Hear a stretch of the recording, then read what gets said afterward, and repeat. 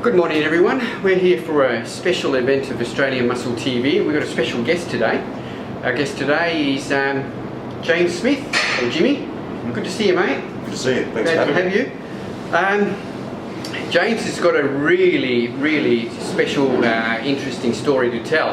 I'll give you a little bit of background. The last time I saw you, James, was a couple of years ago. About 2 years ago. Yeah, it was backstage at an Everest show, and you weren't competing, but you were there supporting. I think that's when Maddie was competing. Yep. Yeah, I can remember that show. Maddie won that show, and you were, I don't know, you looked about 125, 130 kilos. It's about 127 in the thick of an off season. Yes, yeah, and I can remember because I was watching you, and you were sort of sitting there, and you didn't look really well. And I actually came up to you and said, "You all right, mate?" And you said, "Yeah, I'm all right." And I sort of left it at that. And now, here you are. You've just come back from Nepal. Yep.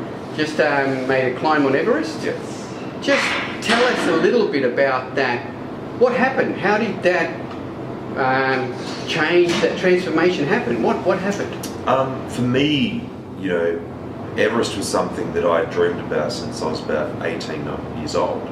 But it was always put to a side because one, I didn't know how to do it. Two, it seemed like such a distant goal. And three, I didn't have the money to finance the expedition. And I was in the thick of bodybuilding, and my goals in bodybuilding were taking over. In 2014, I competed at the IFBB FitX. Yes, yeah, I remember that. And came back and found that I had just one single day I realised that, you know, we compete in this sport which is all regarding body image. And I realised, I had a stark realisation that at the end of the day, no one really cares how we look. It's really just us. We're the ones that really care about our performance, our goals. I think you're spot on there, yeah. I decided that, well, if no one really cares about James and his appearance, it's a bit of a self-conscious thing. We all have, I guess, body image issues. And I just basically started breaking down those barriers as to why I needed to be this big, strong guy. I didn't need to be this big, strong person anymore. I was confident in myself, confident in the way I looked, and decided it was time to change. I felt as though that I'd done what I wanted to do in a bodybuilding and gym scene, because I'd been in the gym scene since I was 11 years old as a competitive Olympic weightlifter with the Sports Institute as well, so I'd always been around the gym. And at this stage I thought, well, life's too short to spend every day of your life in a gym. I'm going to go out there and do something which is going to test my physical attributes, mental tenacity and endurance. Yeah. Cool. So when did the whole thing, I'm going to climb Everest, happen? Probably. You said you had that dream since you were a child. Yeah. But when did you actually put it into action? When did you go, right, this is it, I'm going to do it? It would have been September 2014. Yep. And it was a Sunday night. I just finished reading and watching a documentary again on Everest, and I jumped out of bed and started shooting off heaps of emails and working out how I can finance it, and immediately changed, I guess, my thought process, and immediately changed my diet and training. Yeah. All in that one day. All in that one day. Yeah. Yeah. Wow, that's a huge change. Yeah. Yeah. All right. So what is? There was also this. I want to bring up your auntie. Yeah. Yeah. That was an influence in. And tell us a quick background. Of what happened So there. my auntie was a really experienced mountaineer, and she climbed a lot of big peaks around the world. And she had an accident in 2014. That basically has been left paralysed due to this really rare disease. So as a part of, I guess, my honour to her, I sort of took up the sport, you know, trying to give her a way to continue climbing, but through my adventures as well. Yeah. Cool. And how's your auntie now? Still? Look, her condition is left unchanged, but her quality of life and the care she's getting is a lot better. Yeah. Awesome. Glad to hear it. All right. So you've decided to go to Everest. What's the process? What happens first? Do you apply or to go to Everest, or I've got to get my body fit first? What is the process now? It was a two-pronged attack for me. I had to go complete a mountaineering course. I also had to go climb 2 6,000 metre peaks. Because time and money was an issue, I decided to take a giant risk and climb those peaks on the way to Nepal, which I was able to do. But they were the prerequisite of getting on the team to climb those two 6,000 metre mountains and complete the mountaineering course. I also needed to cough up a lot of money and also get all the equipment I needed as well. So in total now I've lost 58 kilos. I had to prove my fitness, get a lot of things signed off by different doctors and surgeons, undergo a lot of different tests, VO2 max test, the absolute works, to get approval to get on the team. Yeah.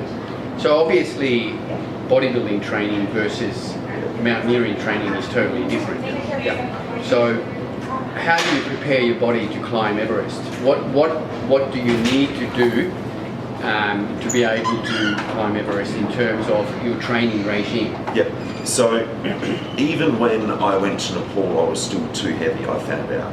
Majority of the really successful climbers are upwards of 60 kilos. So I was entering Nepal at 80 kilos and still too heavy. So my goal was moving forward is to lose even more size to be even faster and better equipped. Obviously, there's less oxygen at better altitude, so the more mass you have, it's more mass that the body's trying to oxygenate. So the less mass I have, the better. So I had to lose a lot of my muscle, so I purposely had to almost starve myself to get a lot of that weight off. It was very hard to get rid of the muscle. A lot of cycling, a lot of running, a lot of enduro work. So it's a complete change. Yep. And I managed to basically train once a week in the gym. As soon as I went back in the gym, I was putting the size on pretty quickly. So I basically stopped all weight training and focused on enduro sports. Right. And I followed your training as you were preparing, so it was a good year. Yeah. Good year of just getting ready here in Adelaide. Yeah, twice a day. So every day I'll do a 10k run, a 200k cycle, and some interval training every day. Yeah. So the 7 days a week. 7 days a week. Yeah. So were you able to still have a job or anything, or was this a full-time operation? No, I worked full-time up until 2 days before I left. Yeah. So I was working 9 to 5 and up at 3:30 a.m. to train, then training again after work. Yeah. Because I needed work to finance the expedition. So yeah. I gather it's not cheap. No, you're looking about 85,000 Australian dollars to climb Everest. Yeah. So, and to climb Everest, you have to join a team. Yeah. So there are expedition teams that have permission to climb on the mountain. Back in the 90s, it was a little bit more relaxed, but now since the events of 2014, 2015, there's been a lot of deaths, and the legislation's really tightened up. So you need to have a well-equipped team. You need to have a professional team, professional Sherpas, and it's really quite difficult to get on that team. Yeah. And that's you. How do you do that? You just applied? Well, luckily, I thought outside the square. I actually started contacting people that were in the documentary I was watching, and managed to strike up some really cool relationships with those guys, and we're still really good friends. And that ended up being the expedition I joined, and was the one I was watching on TV that night. Yeah. And now I'm off to go climb with those guys next year as well. Okay. All right. We'll get back to that a little bit later. So you've done all the training. You're on the team. You're in Nepal. Yep. All right. What happened there? How did it go? It went really well. We had a really successful couple of weeks. The only issue we had was we all started to contract a pretty nasty chest infection. Yeah. So we were climbing really well. We summited the first mountain on the 18th of April, which was... So this was part of your qualifying? Yeah. So we were all getting assessed this particular day. So we summited the mountain of Lobuche on the 18th. I was the first one to summit that mountain, so I put in a really good performance there, and then came to Everest about 4 days after that. Had a few days rest and started training and getting assessed again in Everest.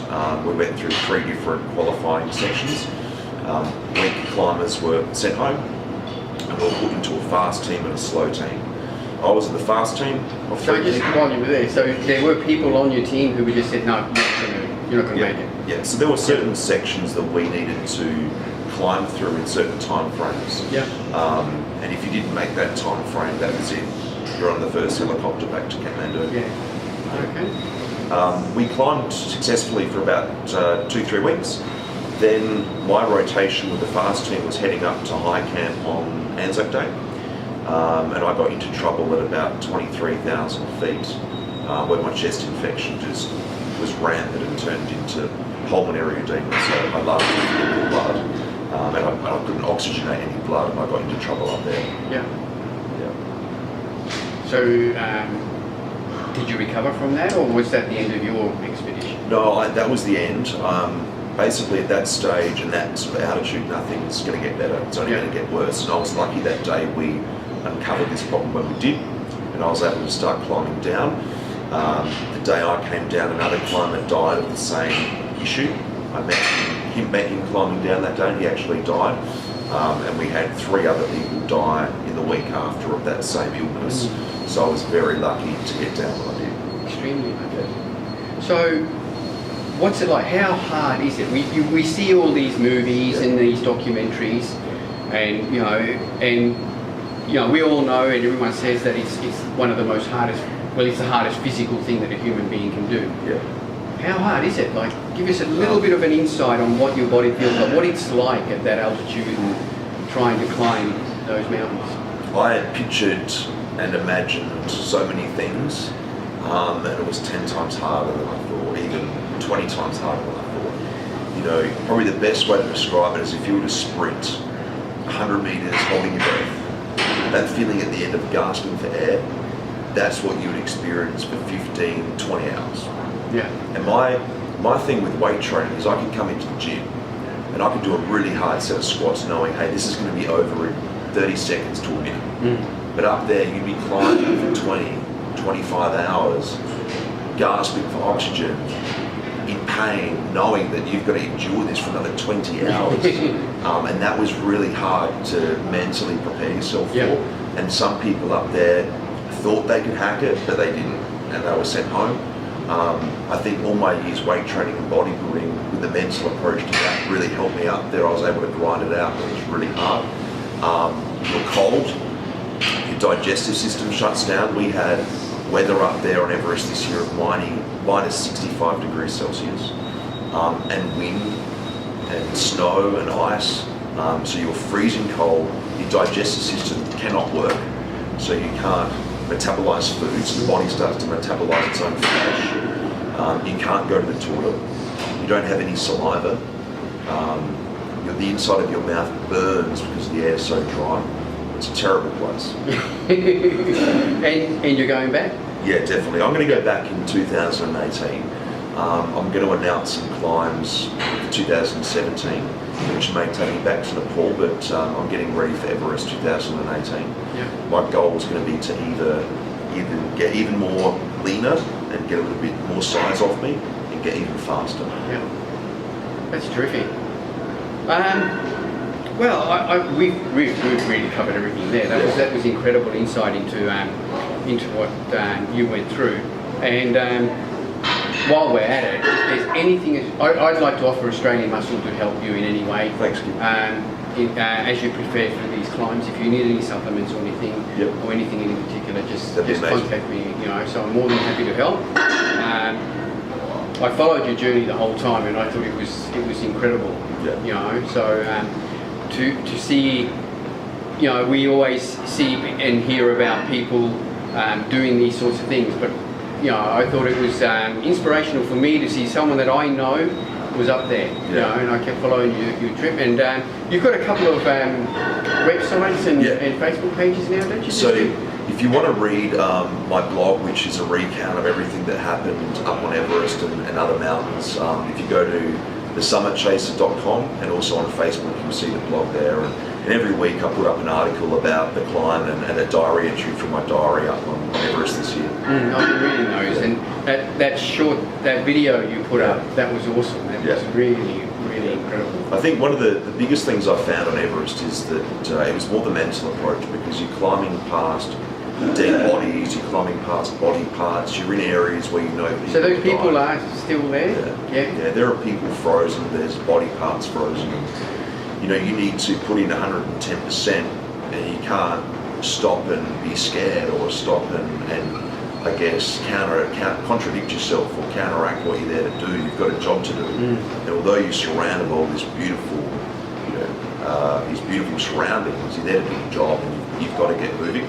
And it's only now that I'm back in Australia that I sort of sit there and think, wow, I was just on Everest, you know, it's a crazy place.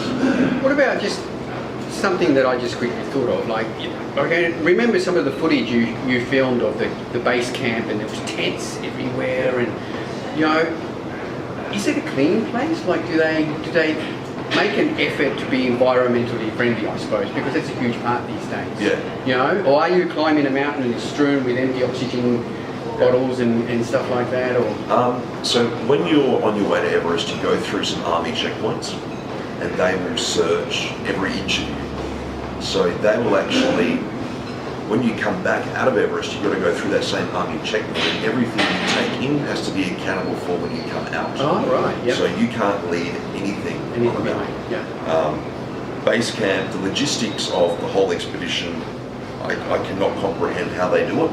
The logistics of getting the equipment there is beyond me. Everything's clean and tidy, and all the oxygen bottles are brought down, and we take them back out. Yeah. Awesome. No, it's good to know. All right. Well, I hope you enjoyed that. It's a little bit of an insight into what it takes to climb Everest, and I sure learned a lot. Yeah. And we look forward to your next journey.